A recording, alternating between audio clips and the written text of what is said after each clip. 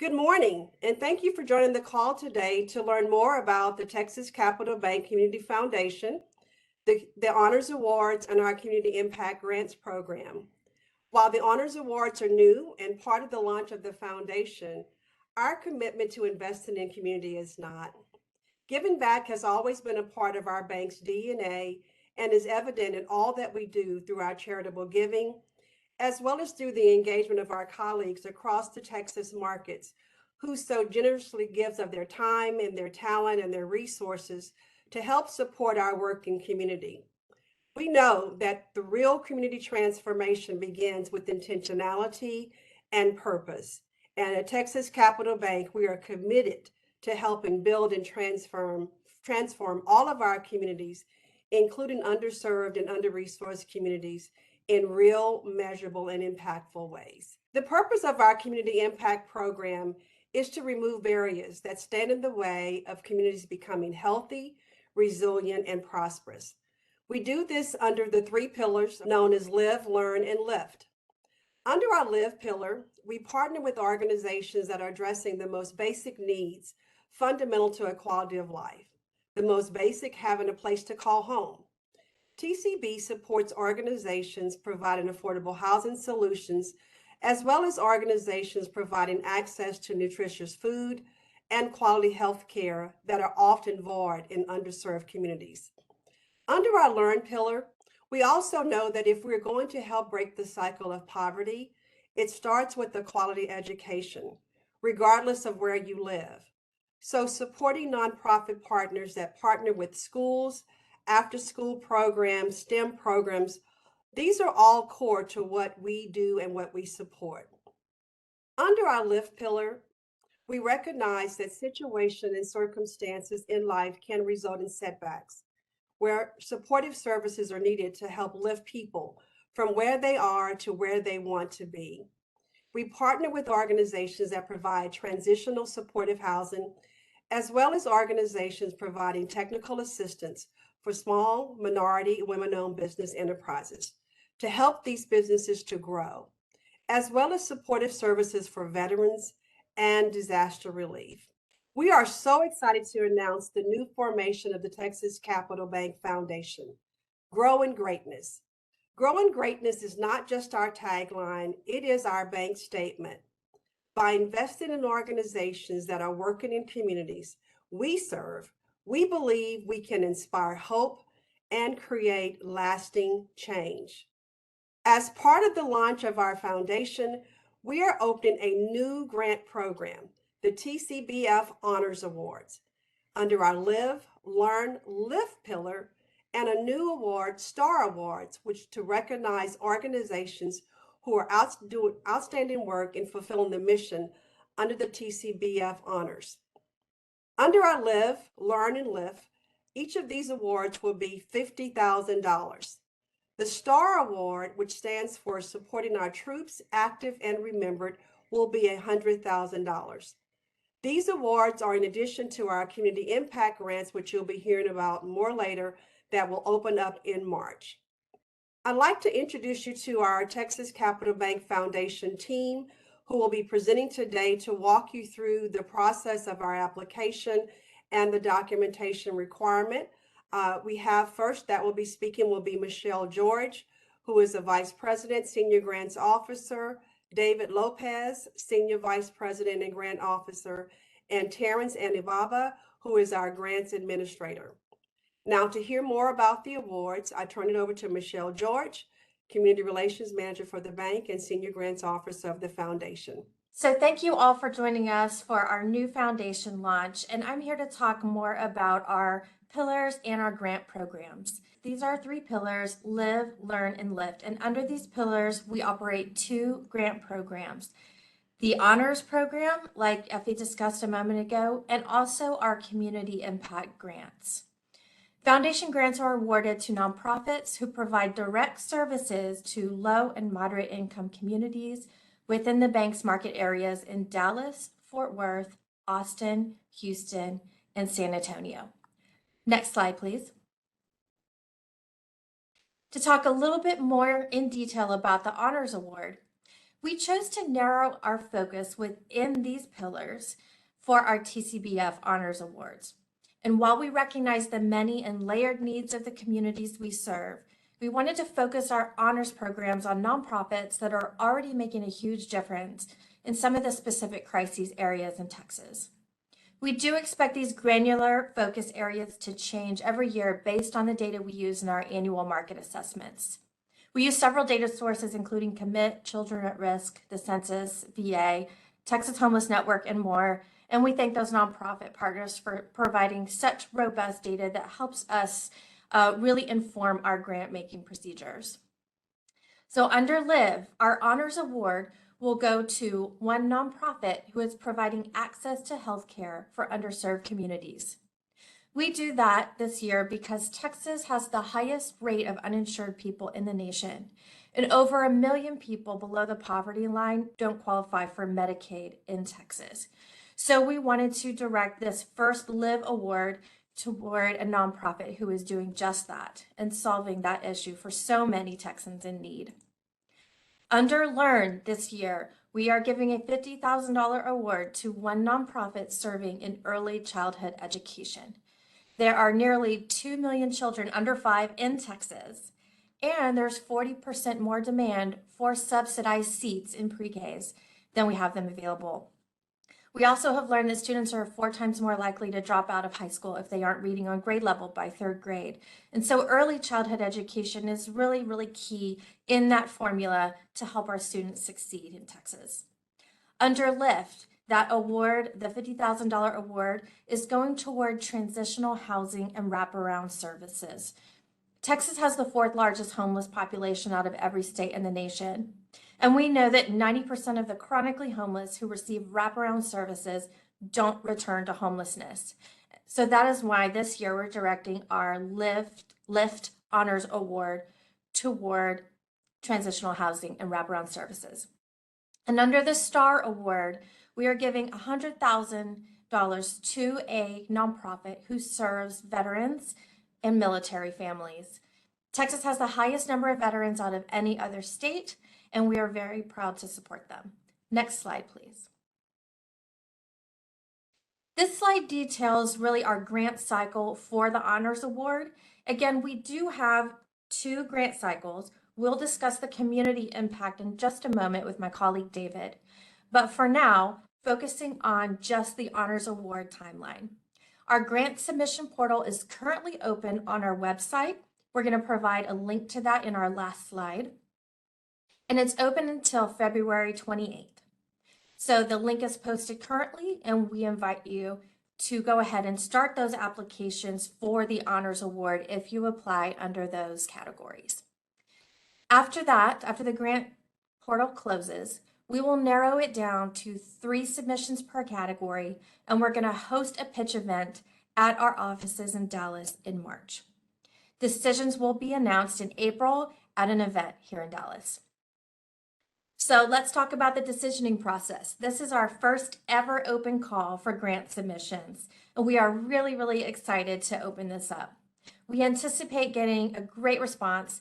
However, as you probably already know, we're not able to fund everything.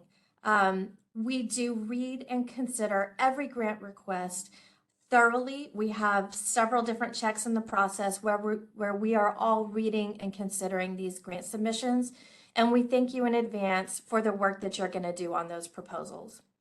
Every application gets its full due diligence and consideration. And now to talk about our community impact grants, I would like to introduce you to David Lopez, who leads community development and is our other senior grants officer for the Texas Capital Bank Foundation. Let's go to the next slide, please. Thank you, Michelle, and hello, everybody. Let's take a deeper look at the Texas Capital Bank Foundation's philanthropic strategy by exploring a few examples under Live, Learn, and Lift. Our goal is to develop strong partnerships with you in the nonprofit sector that are addressing issues such as those in low to moderate income communities. First, Live. Live zeroes in on the basic needs of individuals and families. For example, in all communities, we cannot overemphasize the importance of safe, decent, affordable housing. Yet access to homes for many continues to be further and further out of reach. We're looking for organizations that are striving to be part of the pathway to stable housing or home ownership through financial literacy programs, housing development, home buyer education, such as budgeting, savings, and credit counseling. Another target area in this category, such as parks and green spaces, addresses our goal not only to making our communities livable, but helping them thrive.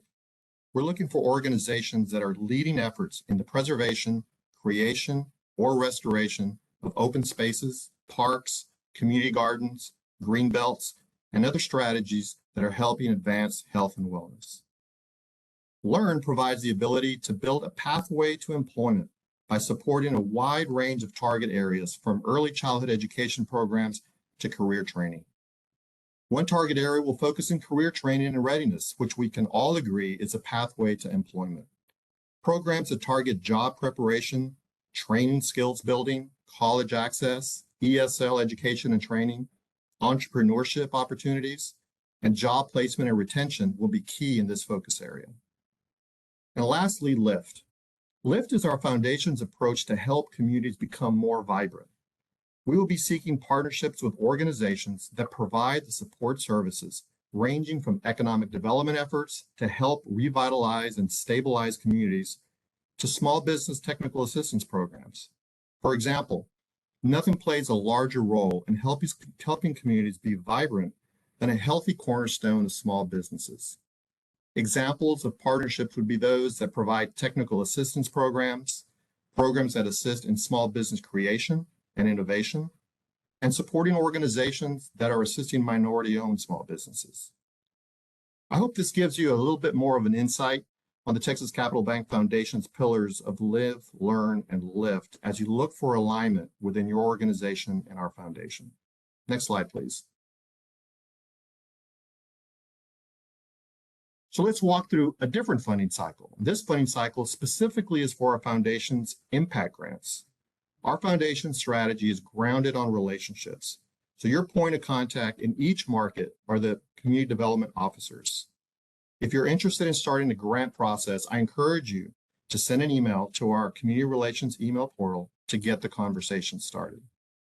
Keep in mind, we only have one funding cycle, so the time is now to begin your discussions in your markets as the LOI process begins in March.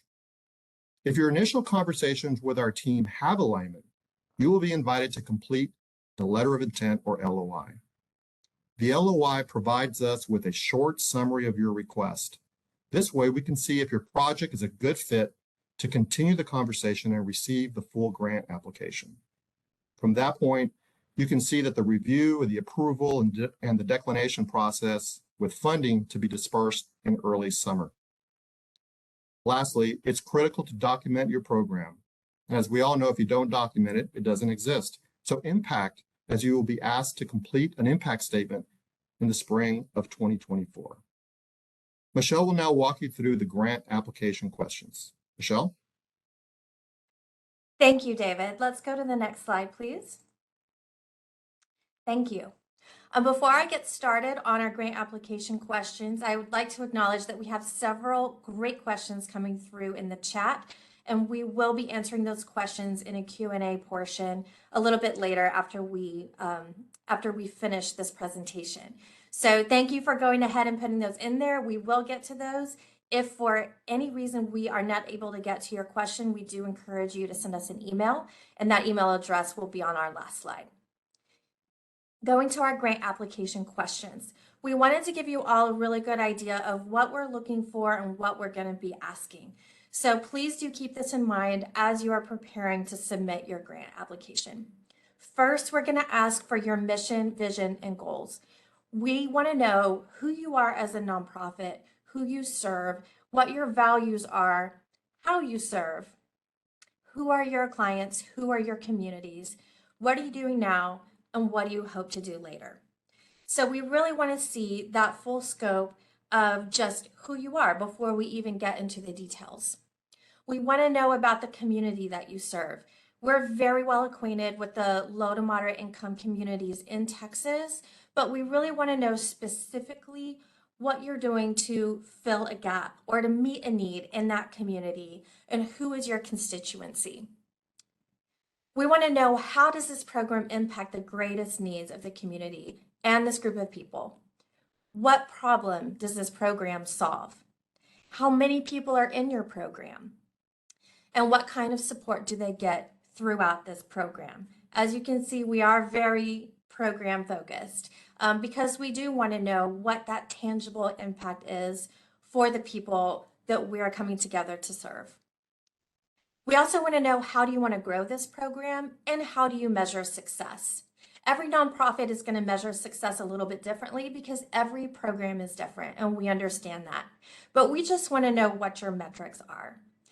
So we are going to be looking really at quality over quantity when it comes to metrics. We really want to know that you're going deep to serve the greatest needs of these folks that you're serving, and that it's impactful, it's far-reaching, and it's life-changing. So please do share with us any of those kind of metrics or benchmarks that you have along the way to measure your success.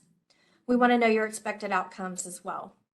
When you know what you're measuring, then you can measure it at the end. And when we get those impact statements back, we want to know all the good work that you did throughout the year alongside all of us as we link arms to serve the communities that need it most. Other information we'll ask for on your grant application: we want to know about the diversity of your board and your leadership and your staff. We want to know that the folks in leadership, the folks running the programs, are a good representation of the communities that you serve. And we also want to know about any plans to further diversify. We also understand that you can put a plan in place and it may take a little while to execute. So we really want to know really the holistic framework of that. We'll also ask for other funding sources, as well as how you determine your what we call LMI, low to moderate income status.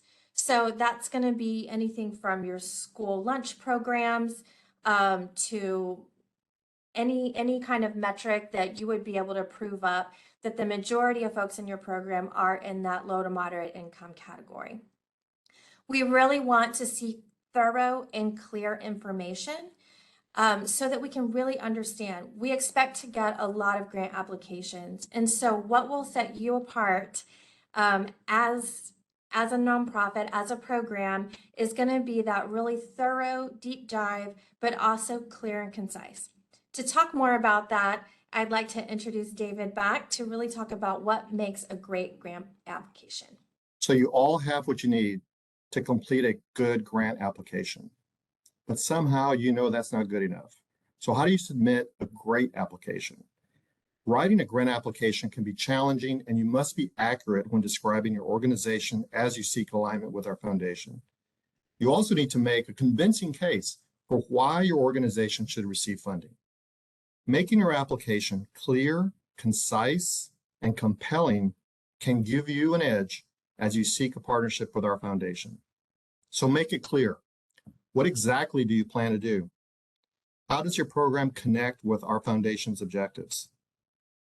What do you want the project to really result in? And are you measuring? And who really benefits in the community? And are you addressing a societal issue? Make it concise. Don't repeat yourself. As Michelle mentioned, use quality information and data, not quantity. Avoid being wordy and vague, but keep in mind that a great proposal tells a great story. And make it compelling. Is it accurate and factual? Is it presenting a convincing case with clear link between your project, your business, and the grant objectives? And does it include all the evidence that's required? How do you plan to meet the grant program's objectives and outcomes? And are you working through partnerships and collaborations, or are you simply working in silos? Is this effort part of your organization's core strategic plan? And does it demonstrate evidence that you're working towards it? These are just a few pointers and tips to consider as you craft your grant and you walk through the process. Terrence will now lead us through any further required documentations. Terrence? Thank you, David. Next slide, please. Good morning, everyone, and thank you for joining the call. If you've received a grant from us before, you're familiar with the documentation and paperwork process. At Texas Capital Bank, we pride ourselves on being good stewards of our documentation and resources. Therefore, we do our due diligence on every dollar that goes into our grants. At the beginning of both grant processes, you will be asked to provide an IRS certification letter, your project budget, operating budget, as well as audited financials for any organization with $1 million operating budget or more. We understand that smaller nonprofits may not have audited financials, and we'll make accommodations as needed.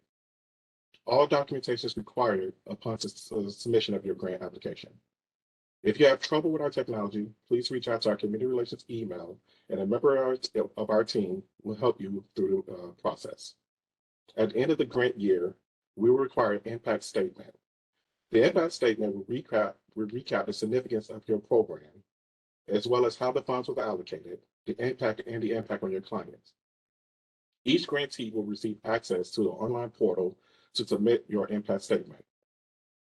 Additionally, we'll love to see any annual reports, success stories, photos, anything else that you want to include with your impact statement that illustrate the success of your program.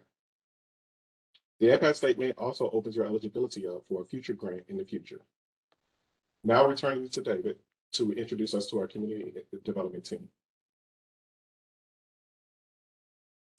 We're so fortunate to have a great community development team throughout our great state. And as I mentioned earlier, your relationship with our foundation should begin with conversations with our CDOs, as they will guide you through the exploration of a potential partnership. We're fortunate to have Gloria Delgado in San Antonio, Barbara Boeta in Austin, and David Vasquez here in Houston. We're all here to help you and to guide you, and we would certainly enjoy learning more about your organization and your mission as you seek impact in our communities. Michelle, I'll turn it back to you.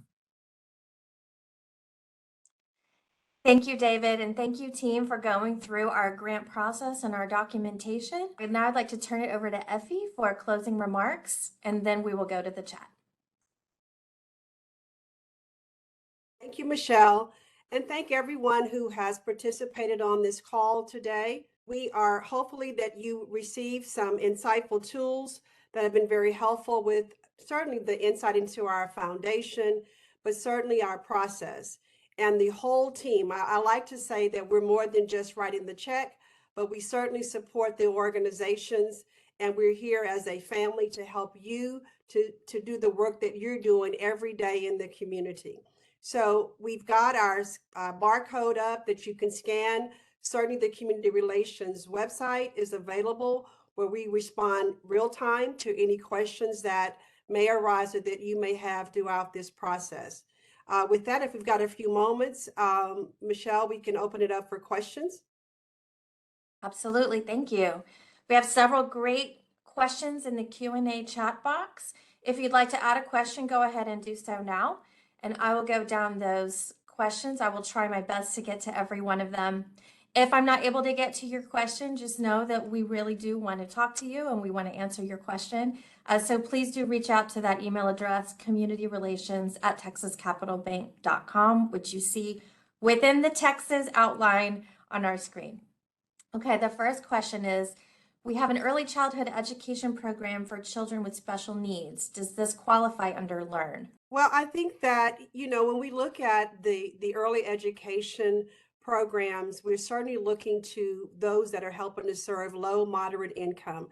That is the one criteria that we have for both of our grants is their ability to serve LMI. And to the extent that it's helping to meet the needs for families that are certainly have children with disabilities, and it is LMI that they're supporting, we would absolutely give that grant opportunity application due consideration. Thank you. The next question, is there one award per category for all of Texas? So I can go ahead and answer that one. We've got the 2 grant programs, and I hope we've been able to illustrate that well during this presentation. For the Honors Award, yes, it is 1 award per category for all of Texas. So our community development officers, you've seen them within the presentation, they're going to be the ones that really receive each of those per market. and make those recommendations. So again, we do encourage you to start having those conversations. For the community impact grants, it's not one award per category, it's several. And that's traditionally been a closed process. So again, to qualify for a community impact grant, you are going to want to reach out to your community development officer, talk through the program, see if it's a great fit, and then we'll go from there. The next question is, can someone clarify what you mean by wraparound services? That is a great question. Effie, do you want to take that one? Sure, I can. So wraparound services, what we're seeing is when we look at the LIFT program and organizations that are supporting the wraparound services, that entails focusing not just on providing emergency solutions, but helping families and individuals to move from where they are to where they aspire to be. For instance, if we're working with and supporting organizations that are providing transitional supportive housing, the object is not to have a person to remain in transitional housing. It is to have actually give them the tools that they need to transition out, to become and move into a community where they have a place to call home of their own. So those services include the tools that they need, from education to job skill development. It could be computer learning how to operate a computer, but all the services that they need. In particular, what we're seeing is mental health and addressing some of the issues that have, increased the need for having more programs that incorporate social well-being and mental health as a part of their wraparound services. So hopefully that provides a better explanation of what we mean. Thank you. Our next question. For the community impact grants, are startup nonprofits eligible to apply? So I will say that we have a history of working with younger nonprofits, but typically not startup nonprofits, as we really want to see evidence of success there. But we're always happy to have a conversation about how to scale up your program. We do a lot of just conversational work with nonprofits, especially new ones, to talk about what we need to get there. Effie, did you want to add to that?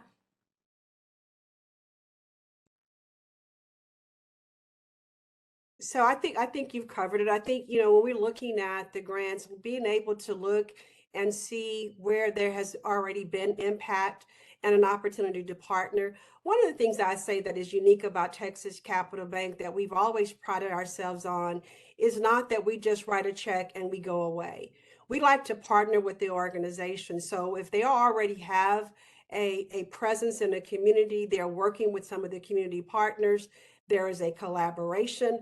I will say, if you are a startup, one of the things that we look at is there a collaboration with other like nonprofits that are supporting your organization and your work, that you all can work together collaboratively? That helps you to be able to give and seed yourselves in that community. But those are all things that we would be looking at as a part of consideration. But at the same time, I think, relative to the needs being so great and the limited dollars that we have that we can give, we're looking for organizations that do have some level of traction in their respective areas and help in impacting community. Great. We have several questions in the chat regarding amounts of community impact grants. David or Effie, do you want to speak to that? I think what drives the dollar amount, and I really don't want to put that out there as opposed to having someone to really submit a grant based off of what they need for a particular program or for their program in general. That's why the budget and some of the documentation that we have, that when we look at the overall budget, what we want to ensure is that if it was not for Texas Capital Bank, would this program have other funding sources, and would it be able to be sustainable to fulfill its mission and purpose in community? So rather than trying to say a dollar amount for each grant, there is a range certainly, but we would look at the total impact of it. As you said earlier, Michelle, it's the quality of the application, the true impact that will determine the dollars that we are willing to invest in a particular grant as it is submitted. David, you may want to add something more to that. I think that's perfect. I think the point is that we're leading with impact, we're leading with scale, we're leading with the work that you as an organization is trying to do. And that really starts with the conversation as we explore what the project is and the program and the depth that you have and that you're trying to achieve within your community. So it really is incumbent upon us exploring that, and that's part of the conversation. Thank you both. We also have several questions in the chat about applying for multiple grants. And so I'll take the first part of this, and then David, if you'd like to jump in.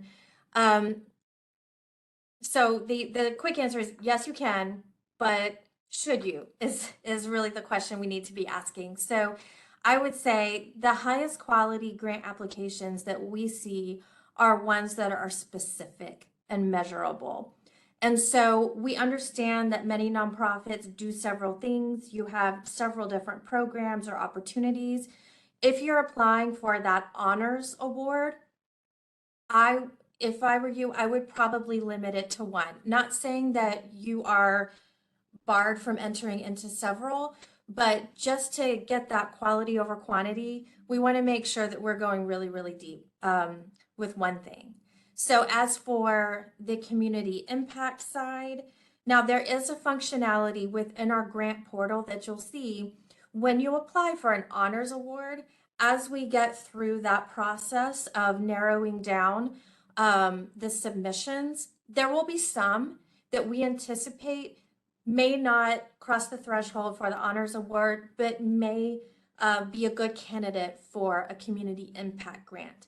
So you will receive a message if you fall into that category, and it'll say something like, thank you for applying. Unfortunately, we're not moving to the next step with the honors award, but we do invite you to apply for the community impact grant. And those applications are going to be very, very similar. And so you will get that notification if that is the case. David, can you speak more to that on your side? Absolutely. And as we talked about earlier today, one of the keys for us working together in the foundation is alignment. And alignment allows you to really focus in one of our three pillars. If you are an organization that cross-pollinates between two of our pillars, I encourage you to take one of those pillars and really look at the alignment and the impact that you're trying to make in that category. So I would recommend that you pick one pillar, one mission that you're trying to achieve that is core to the objective of your organization, and make a compelling case for why that one program in that pillar of our foundation makes sense to you. So the recommendation is stick to one focus area and have that conversation with your CDO. Thank you, David. I am seeing several questions in the chat about contact information. So yes, we did share those names of the CDOs in each market, and I know that was really brief, but this email address is on the screen. Community Relations at Texas Capital Bank is really our center hub for communications. And so if you send your inquiry to that email address, we will make sure that it goes directly to the right person. So all of us receive those emails, and we just want to make sure that we make a good use of everyone's time and that we get you to the right person in the right market. So please do reach out to that email address with any further questions or clarification or to start a conversation. Let's see, the next one is, do you accept general operations grant requests? Effie, can you take that one? Yeah, I say certainly we do. I think, we're looking at organizations and we recognize that, one of the key things, if it's tied to a particular program, that is always very helpful, because with that, we can see your true measurable outcomes that you've set out in your particular program. But we have historically supported organizations that need general operating support to cover overhead, to cover staffing that you need to run your organization. So those would also be eligible for consideration. Wonderful. Oh, I got a really good one here. I love this. Are you interested in supporting programs that offer volunteer opportunities? Yes, yes, yes. Absolutely. We call all of our grantees partners for a reason because we really believe in true partnership and we believe that partnership goes beyond funding. And so, as you've probably heard us say, the quality over quantity, the amounts, all of that really leads to the bottom line for us is impact and partnership, that we want to come together with our nonprofit partners to help address the most pressing needs in our communities. So yes, on volunteerism. Yes, we are also interested in board service if you have that opportunity available as well as any other opportunities that may come our way to work together. We've got a lot of very specific questions in this chat, and I think instead of answering the very specific questions, we would really like to connect with you on a one-on-one basis and make sure that the information we're presenting in the webinar is useful to everybody here.